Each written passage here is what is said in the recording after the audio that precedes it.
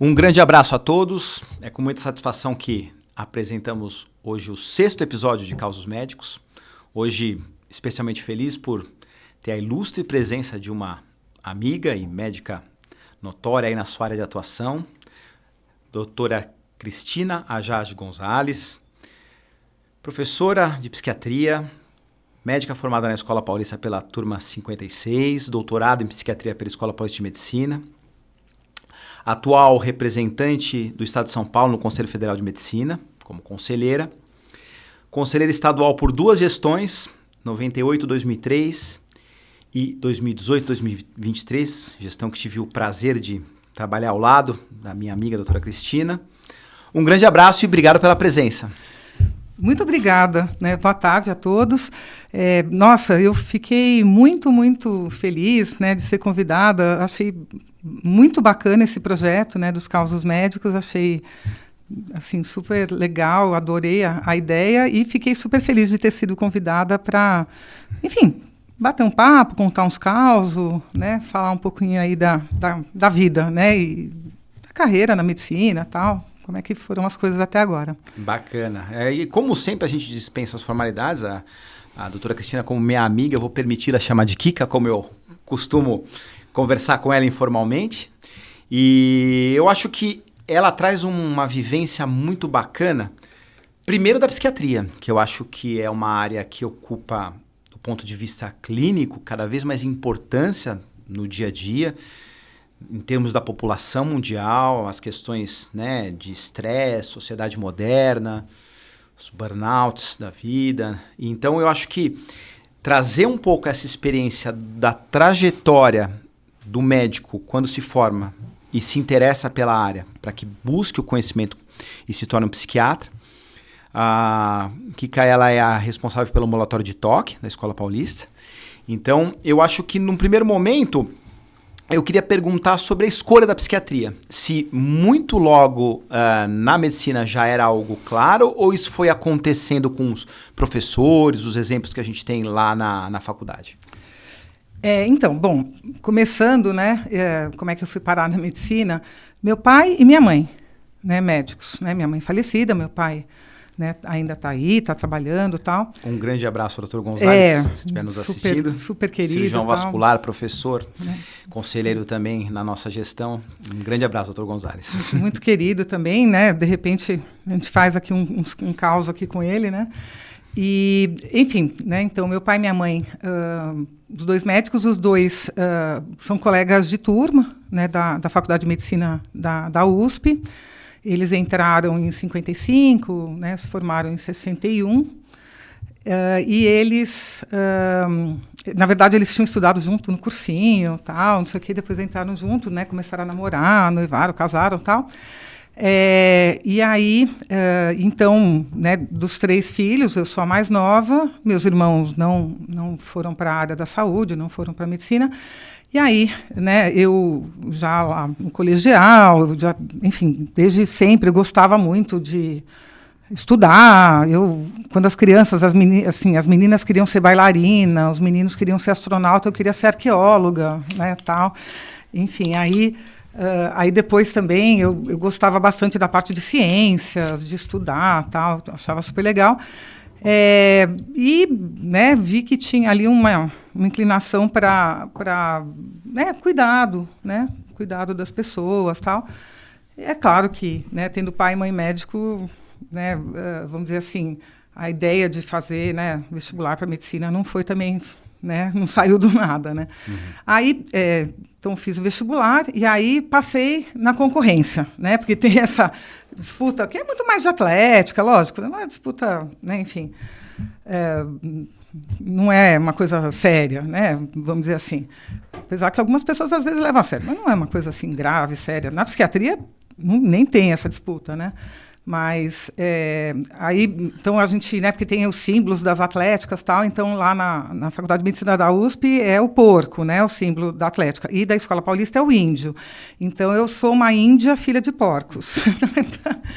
Aí, enfim, fui para, né, a escola tal.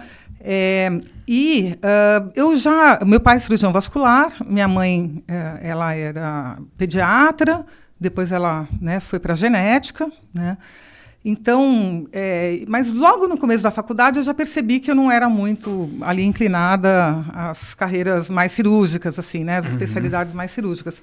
Não que eu não tivesse habilidade, eu tinha tudo, mas via que não era muito lá meu estilo, né? E também a gente vai se identificando, né, com alguns professores, a gente vai gostando mais de algumas disciplinas, algumas matérias, tal. E aí eu fui percebendo, né, que todas as matérias que eram mais inclinadas para humanas, né, assim, apesar de eu sempre ter sido muito boa nas áreas, né, de exatas, tal, física, química, né, matemática, tal, mas assim eu fui vendo que na faculdade as que tinham mais a ver com humanas, ou mesmo aquelas que da medicina assim, mas que têm a ver, por exemplo, a propedêutica, né, tal, eu fui vendo que foram realmente as áreas que eu sentia que não, acho que é por aí, o caminho é por aqui mesmo, né? Aí tinha também uma coisa lá que, né, na época, o pessoal que fazia né, medicina preventiva, que na época era saúde pública, né, era o pessoal mais bicho-grilo, mais tal, assim. E aí, às vezes, eu queria aterrorizar a minha mãe, eu falava que ia fazer saúde pública. Ai, coitada da minha filha, vai morrer de fome. Né? Então, mas, enfim. Mas não que eu não gostasse, eu também me identificava com a área e tal. E aí eu fui percebendo que realmente ia ser alguma coisa na área clínica, né? Ou pediatria, clínica, alguma especialidade clínica e tal. E aí, quando eu estava no terceiro ano, o que hoje são as ligas, né? Então, hoje, por exemplo, a Liga de Saúde Mental, lá na Unifesp, né, no curso de medicina, na época chamava monitoria. Né? E tinha monitoria de psiquiatria no terceiro ano. Aí eu pensei assim, puxa, se eu vou fazer clínica, pediatria, enfim, alguma coisa na área clínica, é bom eu saber psiquiatria, né? Vai ser bom eu saber, vai ser, acho que, um complemento bem importante. Então, eu vou fazer monitoria, né? Para enfim, né? Ter esse conhecimento, né? Tal, um pouquinho mais profundo. E aí eu fui gostando. Eu fui gostando, fui me identificando. No quinto ano, né, fiz lá uma iniciação científica, né, também, né, que teve a ver, inclusive, né, na área de toque, que depois acabou virando a minha outra, né, vamos dizer assim, a área que eu trabalho, que eu coordeno ambulatório, a parte de pesquisa, tal. Então, tem a ver com essa parte de toque, né, transtorno obsessivo compulsivo. E aí eu fiz essa iniciação científica lá no quinto ano. Aí, né, na residência, prestei psiquiatria, foram 3 anos na residência. Direto da residência, já acabei emendando, né, começou como mestrado, acabou virando doutorado. Aí, no ano que eu defendi, né, o doutorado, tal, em 2003, teve concurso, né, lá para a Unifesp, e aí eu passei no concurso, então tem 20 anos, um pouquinho, né, que eu estou lá como professora, né, no departamento de psiquiatria. E 27 anos que eu coordeno um ambulatório de toque, né? Bacana. A gente está lá. Então, e eu acho que, assim, disso tudo, que eu tiro, assim, a maior experiência, assim, o ensino da psiquiatria, né? Fiquei, sei lá, 24 anos que eu dei aula no terceiro ano da graduação da medicina, de psiquiatria, também acompanhei quintoanista, né, o pessoal do quinto ano por 13 anos também, eu, né, também acompanhei o pessoal do quinto ano, e esses anos todos, né, dando aulas na pós-graduação, psicofarmacologia, psicopatologia, e principalmente, né, os residentes de psiquiatria que passam, né, no ambulatório lá com a gente. Bacana. E olhando a graduação, no primeiro momento, eu sei que lá na Escola Paulista a gente tem a tradição de ter, né, um departamento bem forte e com bastante participação dessa grade curricular dos alunos. Isso é um fato. Hoje a gente se depara com a realidade de muita abertura de cursos médicos. Como que, na sua opinião, que tem sido esse cuidado no ensino da psiquiatria, nos cursos de medicina, nos departamentos, o espaço disso, a discussão que se tem nas grades curriculares? Né, uns 30 anos atrás teve algumas mudanças, né, enfim, nas grades aí curriculares, né, por ensino médico no país. E essa parte, né, ligada à saúde mental, especificamente à psiquiatria, realmente ela ganhou, né, uma carga maior, ganhou né, enfim, uma importância maior, né, e também, né, na medida que a gente também consegue uma formação de especialistas, né, você também acaba fornecendo professores, tal.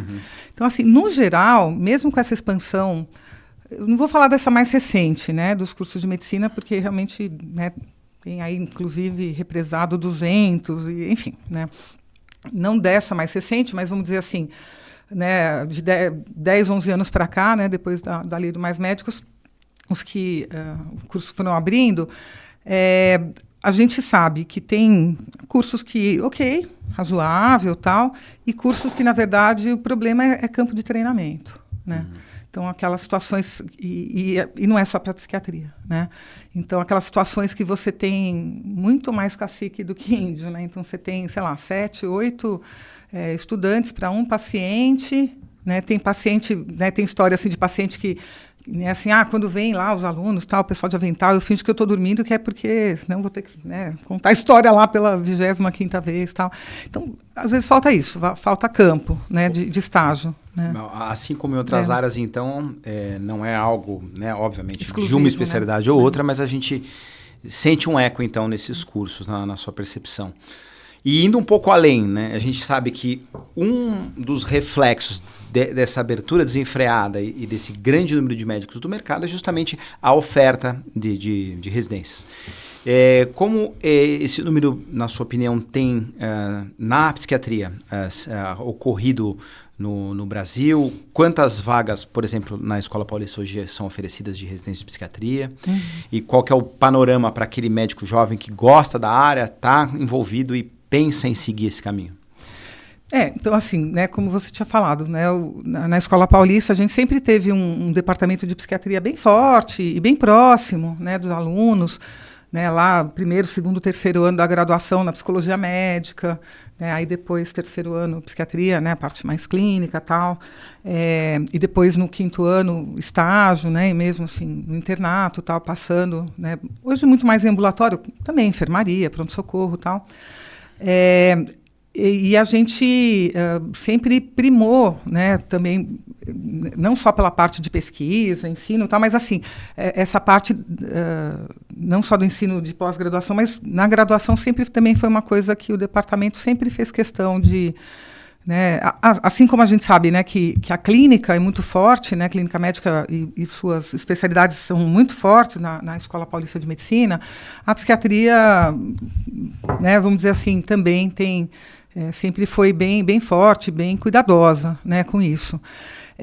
Hoje a gente tem 15 vagas por ano, né, por exemplo, há 30 anos atrás eram 6 vagas, né, e hoje a gente também acaba selecionando gente do Brasil inteiro, né, então realmente é bem bacana, assim, né, porque vem de tudo quanto é lugar do país, tal, e seleciona os melhores, assim, né, tal. Eu acho que, assim, em termos de número de vagas de residência no total, eu nem acho que é tanto o problema. O problema é que a gente está tendo uma mudança... Mesmo se considerar Brasil. Mesmo considerando o Brasil. É claro que a grande maior parte das vagas está no Sudeste, Sul, né, tal. Mas mesmo, né, assim, a gente considerando o Brasil como um todo, eu não acho que faltem tantas vagas. É claro que sempre poderia ser um pouco melhor, tal, mas a gente acaba vendo que, infelizmente, tem vagas que ficam obsoletas, né? Infelizmente também, né, porque como aquilo que é desejado, aquilo que é estimulado, né, para que seja o ideal de uma especialização, né, médica, em qualquer especialidade, né, também na psiquiatria, o ideal é residência médica, né? Mas a gente sabe que é um programa, por exemplo, né, na psiquiatria, 3 anos, lá, até 60 horas semanais, tem um mínimo de carga horária de várias coisas. Plantões, exatamente, né? Então, a gente tem uma bolsa que, em alguns lugares, até dá para viver, em outros já fica mais apertado, tal. E aí a gente vê que muitas pessoas acabam, vamos dizer assim, acaba a faculdade de medicina e já querem ganhar a vida, assim, né? E tipo, vão dar plantão aqui, vão fazer plantão de ambulância lá, vão fazer um bico com, vamos dizer, em medicina do trabalho, mas não como médico do trabalho, mas enfim. Até porque, né, muitos médicos saem endividados, né? Desses programas de financiamento. Né? Financiamento, e aí querem, enfim, ganhar dinheiro, e outros já estão, né? Porque, assim, é difícil alguém se formar com menos de 23, 24 anos, né? A gente sabe que a média é um pouquinho acima disso, mas... Né? Enquanto os amigos lá do ensino médio já estão começando a, né, casar, constituir família, né, tal, já estão começando a se, né, colocar no mercado de trabalho em outras áreas, o médico a gente sabe que tem um tempo maior mesmo, né? Isso vai atrasar um tanto. E aí, então a gente vê que muitos médicos, né, se formando acabam nem querem, vamos dizer assim, né? Não querem, eles... E também acho que é muito difícil uma pessoa que vai para a vida, né, assim, tirando quem vai para o exército, tá, mas vamos dizer, quem vai para a vida depois voltar e fazer uma residência. Porque obviamente uma dedicação bem difícil. Na cirurgia foram 2 de geral e 3 na plástica lá na escola, eu acho que tem que ser realmente algo que signifique e você troca muita coisa por isso, né? Exatamente, você faz muitas escolhas e né, você, vamos dizer assim, e nessas escolhas você deixa de escolher outras coisas, né? Claro, eu acho que vale a pena, mas aquela história não é uma gratificação imediata, é um adiamento de gratificação, uma linguagem bem da psi, né? Mas bem da psicologia, mas assim, é uma coisa que vai demorar 3, 4, 5 anos para ter aquela experiência, aquela mão e poder, por exemplo, ter o seu registro, né, o seu RQE lá, enfim, que é o registro de qualificação de especialidade, né, que é vamos dizer assim, o requerido para que você possa se dizer especialista numa determinada área da medicina, né? Então, eu acho que muito mais assim do que né, a questão de não querer fazer uma residência, tá? Mas assim, às vezes são essas dificuldades mesmo, né? E aí, às vezes, o que acontece é que a pessoa, depois de algum tempo até, começa a trabalhar na área de saúde mental, começa a atender, né, pacientes né, de psiquiatria e tal, mas não pode se dizer psiquiatra. E aí, por querer ter esse título e tal, acabam fazendo algum... cursos, tem umas pós-graduações lá, né, lato sensu, lá de 1 ano e meio, tal, não sei o quê, mas a carga horária é muito menor. E, por exemplo, esses cursos, eles não dão, né, o direito a você ter o título de especialista, por exemplo, né? Então, você tem muitas pessoas, enfim, formadas nesses cursos, tal, né, dizendo especialista, mas não são, infelizmente, né? Para você ter, né, o RQE em psiquiatria no Brasil, ou você tem que ter feito uma residência credenciada, né, pelo MEC, ou você tem que ter cumprido lá os requisitos, né, da Associação Médica, da Associação Brasileira de Psiquiatria, da ABP, uma série de requisitos lá e a carga horária acaba, vamos dizer assim, que você tem que atestar, não sei o quê, acaba sendo basicamente o dobro da residência médica. Então, é bem mais difícil até do que fazer a própria residência. Então, e olhando na vida pós-especialista, até porque, lógico, muito, às vezes, da escolha do médico jovem passa pelo modelo de formato, né, de trabalho, futuro, remuneração. E sempre, né, a gente sabe que a psiquiatria do consultório, né, para aqueles que se dedicam, é muito frutífera, mas há também a atuação hospitalar. E conta um pouco sobre a sua percepção das oportunidades de trabalho para o psiquiatra. Olha, eu vejo isso assim, muito positivamente, né? Eu falo quando os residentes passam no ambulatório, né, como eletivo, no 3º ano de residência de psiquiatria, né? Então, são os R3.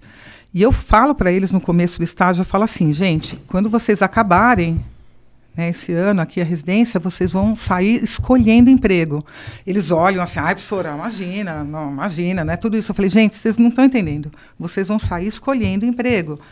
Escolhendo, não necessariamente porque paga mais, tal, mas assim, porque, vamos dizer, num CAPES e meu jeito de pensar tem tudo a ver com CAPES, ou, né, num ambulatório, tal, não sei o quê. Então, vocês vão sair daqui escolhendo emprego, né? Eles olham meio assim, mas quando acaba no final, não falei que vocês iam escolher, é verdade, né, professora, tal.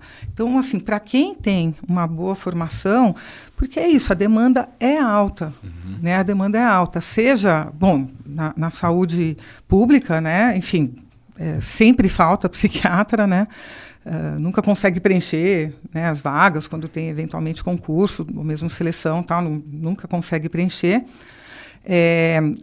Às vezes acontece isso, né, que não paga muito legal, o lugar é meio perigoso, é meio longe, tal, não sei o quê, então acaba às vezes desestimulando, né?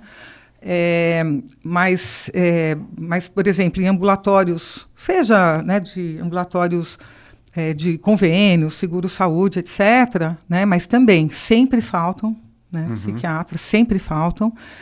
E vamos dizer assim, e no consultório particular, né, sem atendimento de convênio, é uma área que cabe, né, ainda cabe, ela não está esgotada, vamos dizer assim, né. É claro que se a gente pegar o Brasil como um todo, é lógico que a gente tem uma divisão bastante inequânime, né, de psiquiatras pelo país, pegando interior, capitais, etc., mas eu vejo como tem sim, né, tem lugar ainda, tem necessidade, tem demanda, né. Historicamente, assim, né, a gente acaba vendo que tem algumas áreas, né, da medicina que são aquelas que têm sempre demanda, assim, e que nunca consegue preencher muito. Ao longo dos anos isso foi mudando, por exemplo, a psiquiatria, 30 anos atrás, quando eu fui fazer residência, não era assim, tipo daquelas mais concorridas.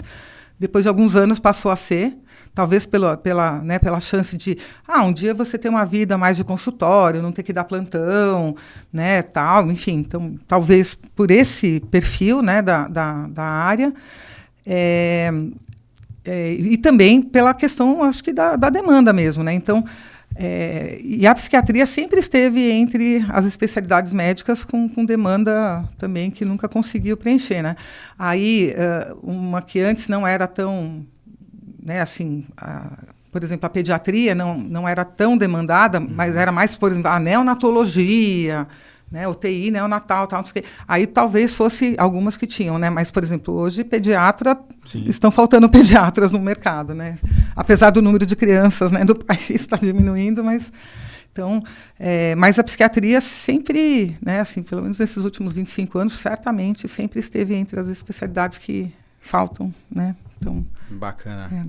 E assim, a gente vivenciou bem, acho que essa questão, e até foi objeto aí de um dos capítulos nossos do Casos Médicos sobre a telemedicina, a pandemia, né, aquelas questões positivas naquele período, né, no conselho que a gente acabou enfrentando, e sempre tem aquela discussão, ou seja, a telemedicina como ferramenta, né, contribuindo para a estruturação de atendimento, para o acesso. Mas, lógico, a gente, como médico, sabe que, né, o contato com o paciente à beira do leito não é substituído, né? E, na sua percepção, ainda mais né, considerando o status de alguns pacientes psiquiátricos que precisam de um cuidado mais próximo do seu médico, como você enxerga o papel da telemedicina, a participação dela nessa relação médico-paciente do mercado? Eu vou falar mais da modalidade de teleconsulta, né? Tá. Porque tem outras modalidades de telemedicina, né? E que eu acho que também cabem, por exemplo, fazer uma tele-interconsulta, né? Então, sei lá, você tem algum lugar que você tem médico, mas não tem psiquiatra, por exemplo, então, né, como se fosse um matriciamento, né?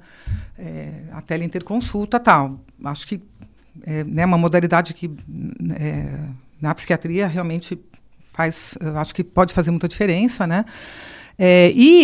Vamos mais especificamente, né, a modalidade de teleconsulta, né, que eu acho que essa que era a grande questão ali, né, quando da discussão da resolução sobre telemedicina do CFM, da discussão depois quando veio a pandemia, que isso, né, acabou tendo lá a lei, né, da telesaúde e depois, né, isso acabou sendo, enfim, uma coisa que ficou, né? Mas eu acho assim que a minha percepção e o que eu falo muito para os residentes, eu acho assim, se for possível, né, nas primeiras consultas, né? A gente não vai ter tanto hoje em dia a figura do paciente no leito, vamos colocar assim, né? Claro que o cirurgião, né, vai pensar um pouco mais assim, mas o psiquiatra hoje realmente, né, muito mais vai ser o paciente do ambulatório e tal, né? Então, mas, por exemplo, quando o paciente chega em crise, né, e precisa acertar ali o começo do tratamento, o ideal é que possa ser presencial. Lógico que, em situações... Lógico, mas isso tudo, né, a gente tem que ter alguma flexibilidade. Por exemplo, sei lá, em época de pandemia, o menos pior era que fosse uma teleconsulta, né? Mas se pudesse ser presencial, eu acho que assim, pelo menos para o começo, até dar aquela acertada no tratamento, tal, não sei o quê, realmente eu acho que faz muita diferença, né, esse atendimento presencial. Depois, no segmento, né, quando a paciente já está mais estável, né, e aquelas consultas de, vamos dizer assim, que a gente, né, vê como é que está o paciente, né, dá uma benzida, né, assim, dá uma olhada como é que está, mas já está mais estável. Essas eu acho que, vamos dizer assim, uma vez que você já conhece o paciente, é claro que o exame psíquico, né, que é um pouco diferente do exame físico, mas o exame psíquico, se você já conhece o paciente, né, pela modalidade de teleconsulta, dá para fazer um exame psíquico razoável. Se você conhece, se você não conhece, é um pouquinho mais complicado, né? Então, claro, nunca vai substituir exatamente, né, uma consulta presencial, mas eu acho que cabe, né, na psiquiatria, aí, vamos dizer, principalmente em algumas... nessas situações, por exemplo, né? E, eventualmente, eu fico pensando assim também uma modalidade de uma teletriagem, né, uma teleorientação, por exemplo, num caso de uma urgência, saber qual que é aquele paciente que realmente é uma urgência que demanda ir para um pronto atendimento e qual a urgência que dá para ser... Então, eu acho que cabe, sim, mas como em todo o resto da medicina, tem que ser, vamos dizer assim, com parcimônia, né? Então... E olhando o perfil de paciente, ainda mais em épocas que redes sociais, relações instantâneas e de grande alcance, e hoje a gente vê muita figura dos influencers, dos coaches, o quanto isso, na sua opinião, por vezes, acaba tirando muitas vezes o foco de um paciente que precisa de uma ajuda profissional e o faria e procuraria num momento mais precoce para essas soluções que às vezes são oferecidas nas redes sociais. Como você enxerga isso? Eu acho que assim, esse é um fenômeno relativamente, né, recente, aí na última década, vamos colocar assim, né? Mas o que eu diria é que, vamos dizer que na psiquiatria talvez a gente já esteja acostumado com esse retardo da busca, né? Porque a gente sabe que ainda, né, apesar de uma série de melhorias na divulgação desses assuntos, mas a gente sabe ainda que é uma área que conta com um baita estigma, né? Dos próprios médicos, né? Em primeiro lugar, tem as piadinhas, né? Que o psiquiatra não é médico, qual que é a diferença do psiquiatra e do paciente? O psiquiatra tem a chave da enfermaria, enfim, tudo bem, brincadeirinha a gente vai de boa, né? Mas assim, eu ainda ouço de colegas, né, assim, da minha faixa etária, às vezes um pouco mais velhos, tal, não sei o quê, que acham que psiquiatria não é ciência, que é bruxaria, sei lá, enfim, né, tem uma recusa em achar que, não, imagina, psiquiatria, não sei o quê, tal, tudo bicho grilo, sei lá, né, enfim. E, infelizmente ainda tem. Né? E aí, imagina, se tem ainda, né, por médicos, eventualmente professores, tal, não sei o quê, pela população, então, né? Então, a gente sempre teve, vamos dizer assim, uma especialidade que, né, por conta dessas questões, né, socioculturais, históricas, né, a gente vê que acaba, muitas vezes, tendo um certo atraso e tentativas de soluções caseiras. O que eu diria que mudou é que antes era a vizinha. Toma esse remedinho que é bom. Né? E hoje talvez seja o blog, o Dr. Google, sei lá, enfim. Né? Então, eu, né, diria que mudou o tipo de acesso à informação, né? Mas talvez não mudou tanto essa dificuldade da procura e essa demora, eventualmente, da procura de uma coisa um pouco mais, né, organizada, mais... acho que é um fenômeno que acaba abraçando muitas áreas médicas, né?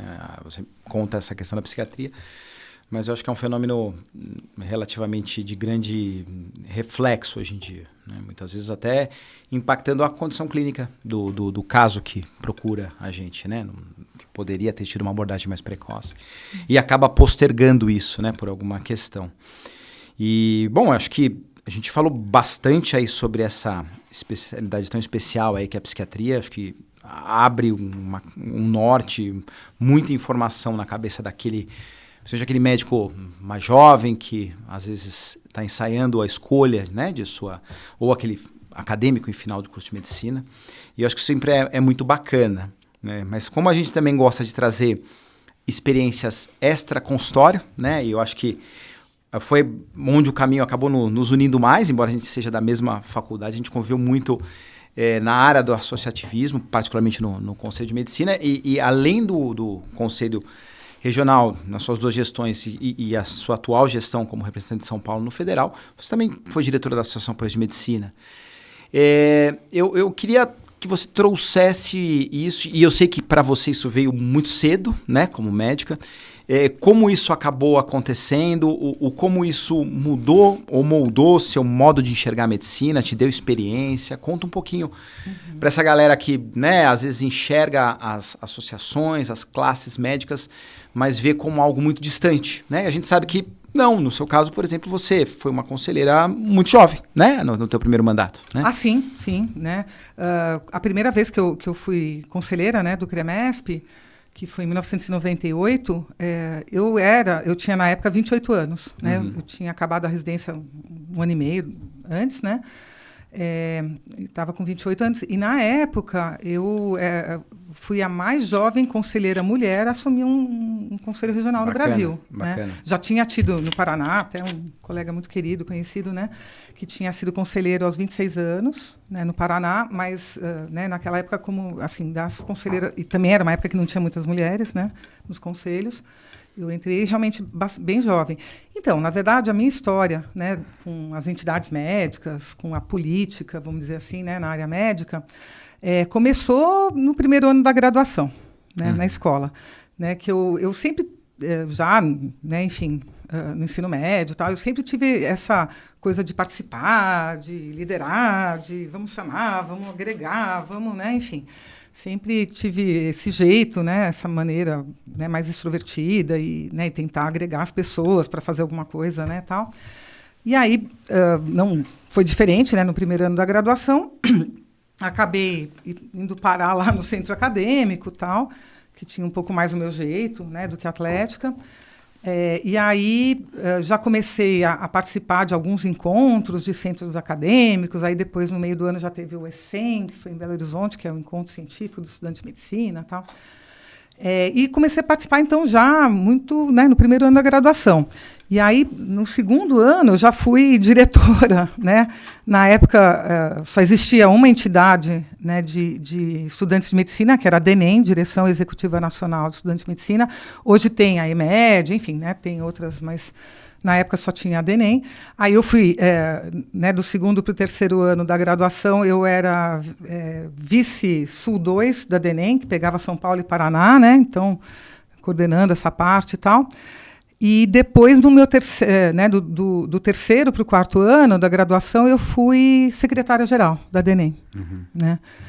E aí, então, já, vamos dizer assim, né, desde cedo ali, bastante envolvida. Né? E nessa época, inclusive, né, tinha realmente uma interação bem forte, importante, por exemplo, com o Conselho Regional de Medicina, no caso de São Paulo, com o Conselho Federal, porque tinha toda uma discussão a respeito de ensino médico, né? Se fundou ali em 1991, teve a primeira reunião para fundar lá, para discutir a SINAEM, né? Que era a Comissão Interinstitucional Nacional de Avaliação do Ensino Médico. Aí eu participei como estudante da SINAEM e tal. Então, desde o começo do curso, né? Aí depois, na residência, né? Durante a residência na Escola Paulista, eu fui secretária-geral da Associação Nacional dos Médicos Residentes. Né? Então, também, né, também com o movimento nacional, a gente, né, ia bastante e tal, contando sempre também com o apoio, né, do Departamento de Psiquiatria, né, que sempre teve um olhar, né, para essa questão do residente, né, também um apoio importante.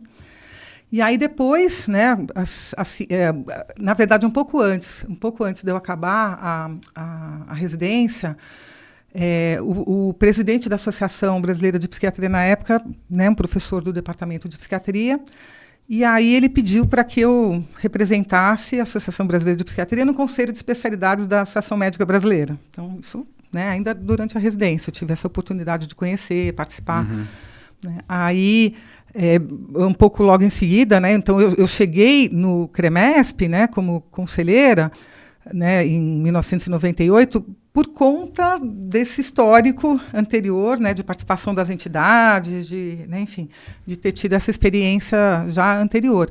Fiquei, então, né, no conselho, lá no CREMESP, fiquei de 98 a 2003. Nessa época também já estava na Câmara Técnica de Psiquiatria do Conselho Federal de Medicina, já tinha participado também, né. Fui também, né, durante algumas gestões, eu fui do Departamento de Psiquiatria da Associação Paulista de Medicina, então fui, sei lá, tesoureira, secretária-geral, presidente, e fui diretora, né, também fui diretora social adjunta da APM também, né, então também participando aí, né, dessa parte mais de associativismo propriamente dito. E em 2018, né, voltei para o CREMESP, e aí, né, você foi junto, levei meu pai, né, então, estivemos na diretoria, nessa gestão do CREMESP, na primeira diretoria, né, de outubro de 2018, né, até março de 2020, fui primeira tesoureira, né, nossa, uau, né, assim, realmente bem, vamos dizer assim, uma experiência completamente, né, enfim, tanto nessa parte, vamos dizer, de gestão, essa parte administrativa, essa parte contábil, né, geralmente o psiquiatra não é lá muito chegado em números, mas fomos lá, aprendemos, né, tal. Excelente. Além de toda a outra parte, né, vamos dizer, a parte que a gente chama de judicante, né, que é a parte de sindicância, processos de, entre aspas, erro médico e tal. E mais toda a parte também, né, de representação, etc. E aí, né, em 2019, né, então há 5 anos atrás, teve aí então, né, as eleições, né, teve eleição para Conselheiro Federal, e aí, né, fui parar no Conselho Federal de Medicina representando 1/3 dos médicos do Brasil, né? Bacana. Então, nossa, uau! E é uma experiência incrível, incrível. As oportunidades que a gente tem. Claro, né, assim, chegando agora quase no final dessa gestão, né, lógico, né, a gente sempre acha que poderia ter feito mais, que poderia ter sido melhor aproveitado, enfim, né? Então, sempre, mas assim, experiências incríveis, conhece pessoas diferentes, incríveis, né, com um jeito de pensar diferente do seu, mas, né, todo mundo amando a medicina, né, tá ali junto, mesmo que divirja nas posições, mas, né, todo mundo ali querendo engrandecer a medicina, né, com preocupação, né, para tornar isso também melhor para a população, tal. Então, é uma experiência assim incrível, né? Acho que várias vidas, né, de experiência nesse período, né? Então, não, eu acho que isso traz uma visão, que é a minha percepção absolutamente. Hoje, né, com muita decepção que a gente vê, o cidadão, não só o cidadão médico, mas aí vamos chegar na classe médica, ou seja, muitas vezes aquele cidadão que está decepcionado com aspectos políticos partidários do país, acaba criando um bloqueio, né, para qualquer engajamento. E eu acabei, de certa forma, também tendo um caminho que teve experiências, vou citar na Associação dos Médicos Residentes da escola, que eu cheguei a assumir a vice-presidência em um período durante a minha residência lá na escola. Depois veio a experiência junto ao conselho e todas essas experiências, né? Lógico que você dedica tempo para isso, mas primeiro, conhecer pessoas. Eu acho que isso é excelente. Experiências, né? Muitas vezes a gente até, quando entra um pouco mais novo, sempre, né, vai ter eco aí de médicos mais experientes que a gente, que vão contar histórias, mostrar caminhos. Essa questão que hoje acho que é um grande problema nesse reflexo de redes sociais, que é saber debater com respeito, né? Ouvir a opinião do próximo, ainda que não seja a minha, argumentar e poder aprender, né? Ou mudar algumas concepções. Então, eu acho que se eu tenho alguma coisa a dizer com esse pessoal mais novo que olha essa questão das classes, dos associativismos, para mim sempre foi positivo. Ou seja, sempre me trouxe muita experiência que me engrandeceu, seja como médico, como pessoa, né?